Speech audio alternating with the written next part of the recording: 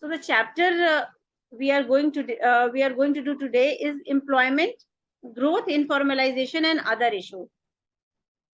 And under which this chapter, what we have to study, that is workers and employment, participation of people in employment, self-employed, what is self-employed, what is hired worker, what is employment in firms, factories, and offices, growth and changing structure of employment, how the structure of employment is changing throughout the period, informalization of Indian workforce, unemployment, and growth and employment generation, government and employment generation. So basically, what is government doing in field of employment generation? What are their roles?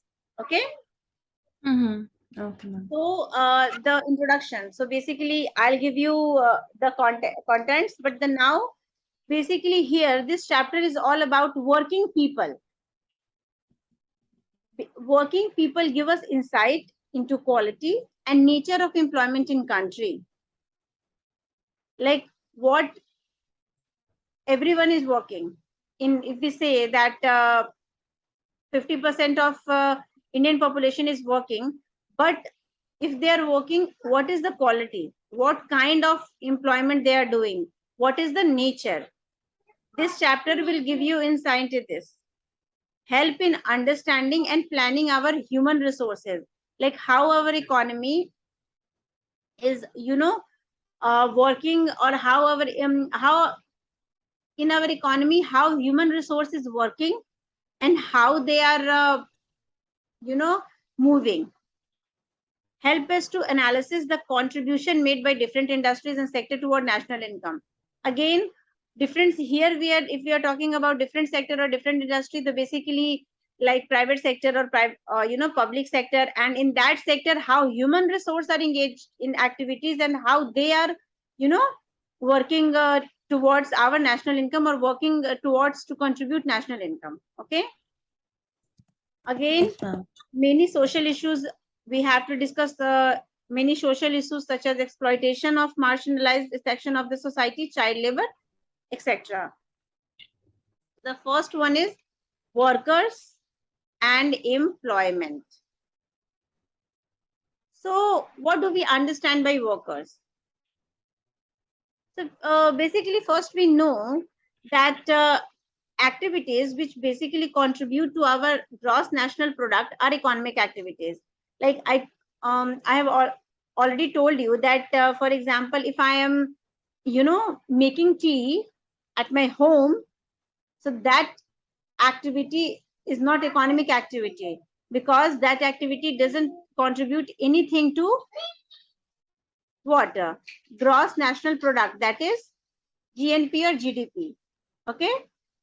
yes, But for ma'am. example, if I am I am a chef and I am making tea in a hotel, in a restaurant, even at a Mhm. dhaba, so that activity is what? That activity is economic activity.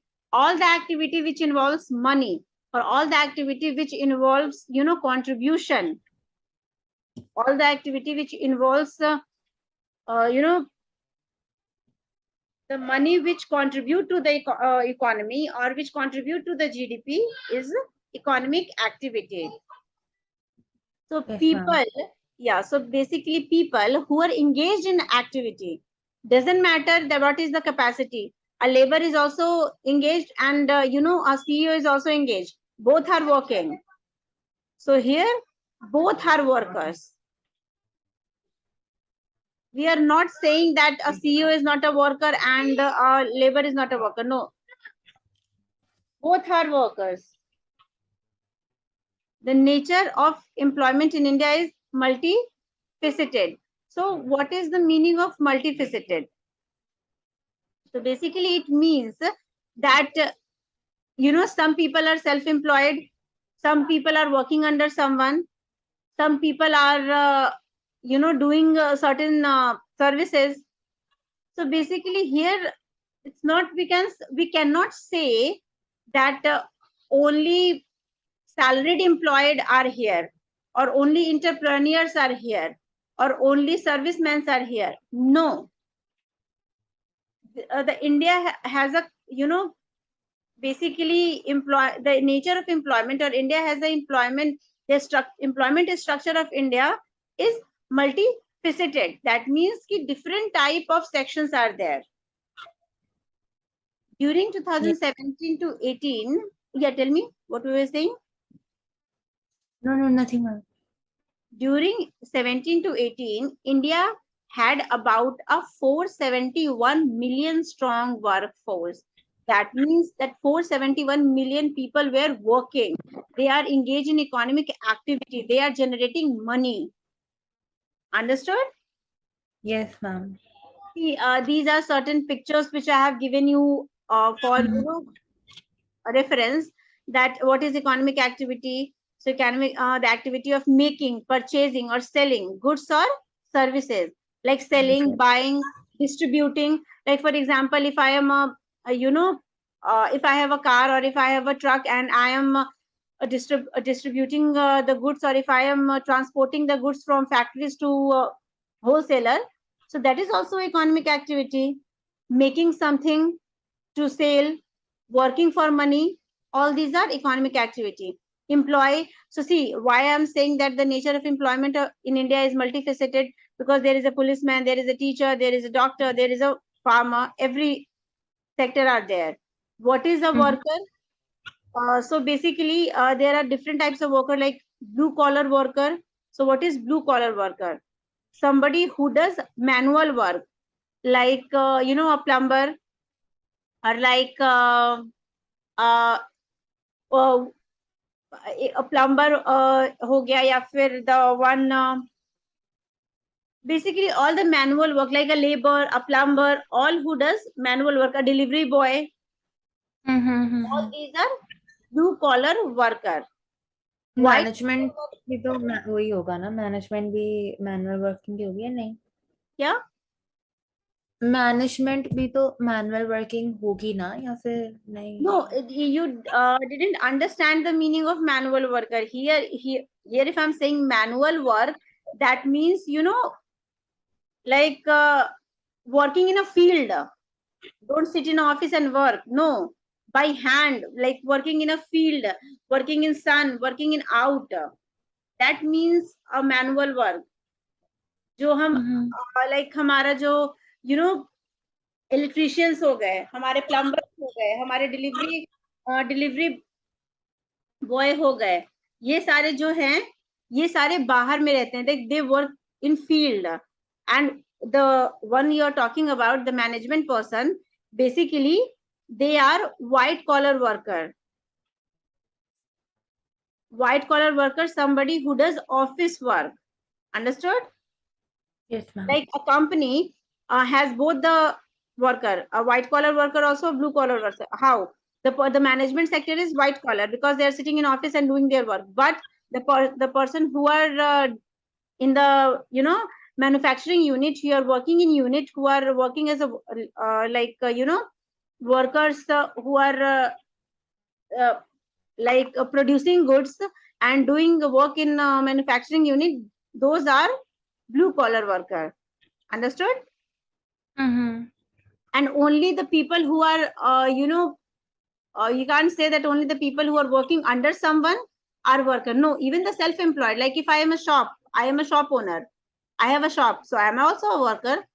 Just because I'm not working under someone, that doesn't mean I'm not a worker. No, that is not the concept. Okay.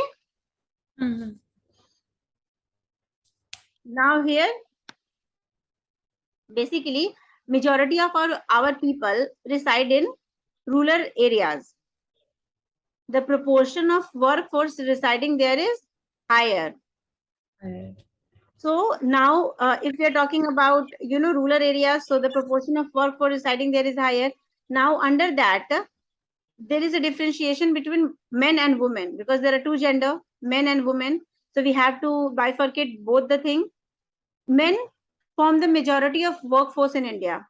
That is 77% of the workforce are men. Rural workers constitute about 2/3 of the 471 million. I just missed one point, that if I'm saying that majority of our people residing in rural areas, and if we go by the data which I have given you in the last slide, that is 471 million. I've just given you in this slide that in 2017 and 18, 471 million people are working. So in that 471, 2/3 are from the rural areas. So that's why we are saying that the proportion of working residing in rural areas is higher. Okay. Yes, ma'am. And in that two-third portion of rural areas, 77% of workers are men. Women worker account for what? Only 1/4 of the rural workforce, and 1/5 of the workforce in urban areas. Like if I'm, taking total, like if I'm taking total data, so in a whole, I'm not talking about rural and urban areas. If I'm taking the whole data, so basically women worker account for 1/4 of the rural workforce and 1/5 of the workforce in urban areas. Urban areas में कितने women काम कर रही हैं? That is 1/5 of the total workforce. और rural areas में कितने काम कर रहे हैं? 1/4 of the total workforce. And here we are talking about not only rural and urban. Here we are talking about the workforce of whole India. That is 477. If we are again taking the graph for bar 477, so 1/4 of 477 is rural worker and 1/5 of the 477 is urban areas. Understood? Yes, ma'am. But where is the problem? Women are not paid wages in cash or in form of grains. Even sometimes they are not paid at all. And because of this, women are not characterized as worker. तो अगर उनको money नहीं मिलती तो then why do they work? Like still अगर suppose money नहीं Because मिलेगी. they are doing work like this. Women carry out work like cooking, fetching water, fuel wood, and participate in farm labor. That's why.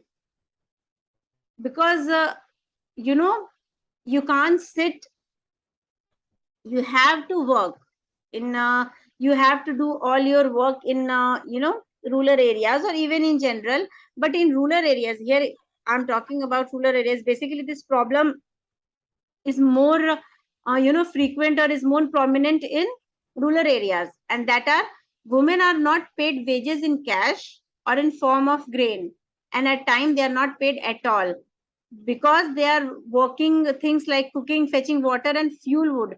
Basically, women are working all those activity which sometimes doesn't generate income. So their activities, so their work are not, uh, so their work are not defined as economic activity. That's why Yes, ma'am. they are indirectly contributing, but they are not directly contributing. Okay. Yes, And that's ma'am. why they are not paid. In the later portion, you will get to know that there are also other factor why there is a differentiation between men and women in our economy, in our employment sector. So you will get to know it later. Now, participation of people in employment. Basically, we know that now this is the certain workforce, but what is the participation of people in that employment? Like what is the ratio? So basically, worker population ratio is an indicator which is used for the employment situation in country. Higher the ratio, higher the engagement of people, and vice versa. Yes, ma'am.